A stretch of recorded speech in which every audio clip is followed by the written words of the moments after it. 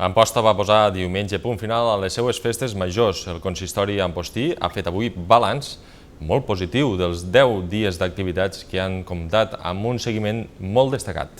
En són mostres els concerts multitudinaris dels Quicos amb 4.000 persones, Pepet i Marieta amb 2.000 i el Mafio i els Catarres amb gairebé 6.000 persones. L'acte del centenari del Pont Penjant, el 15 d'agost, també va esdevindre un èxit rotund per als responsables de festes. El programa s'ha tancat amb un sobrecost de 20.000 euros, un 8% més dels 210.000 euros previstos, i pel que fa als actes taurins, es van produir 3 incidents per cornades, però els ferits van ser donats d'alta un parell de dies després. Tomàs ha deixat clar que les festes majors d'Amposta han de ser un pol d'atracció turística per afavorir la dinamització econòmica de la ciutat.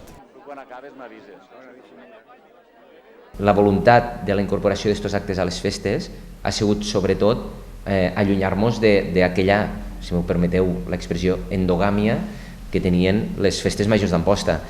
Les festes majors no han de ser només perquè els ampostins ens ho passessin bé, que també, sinó que també han de ser un pol d'atracció turístic a nivell de fora del territori, però també a nivell del territori.